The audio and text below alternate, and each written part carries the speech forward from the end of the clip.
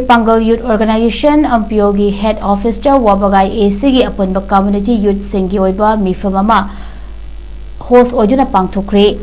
matam khara gi mamangda WhatsApp group oina leiramba People of Wabagai Assembly Constituency hairiba group asigi ad hoc committee ama matam khara gi mayam apunba oina yanaraga semkhre ad hoc committee adugi convener oina Herojit Maibam co-convener oina CH Abdul Manan CH Mustafa Ibohol oina CH Sadam Afan Elai Sanayai K. Sultan Delwar Aribam Tomba Vogimayum Amadi Aslam Buyamayumbu Khankre Haidi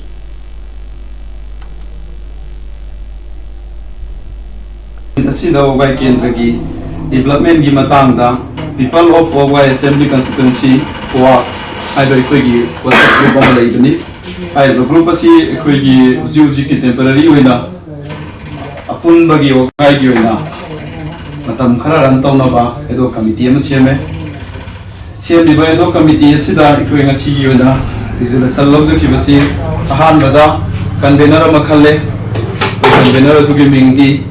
Herojit Maibamdagi mahagna ekhoi gi uji edo committee semi basida matam kharagi thopuragani anduga ani subada ko convener oina ekhoi gi siwadagi ibohal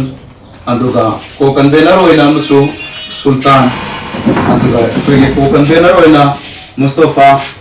anduga ekhoi gi ko convener oina Abdul Manan Sesam ekhoi former president Pangaltem anduga ko convener oina ekhoi gi Sadam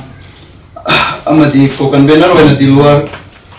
Hujikna Marui Bathogai Mukhoising Sina Puragani amadi lam khuding makta soi koina laktuna hena sawa organize haibra tare organize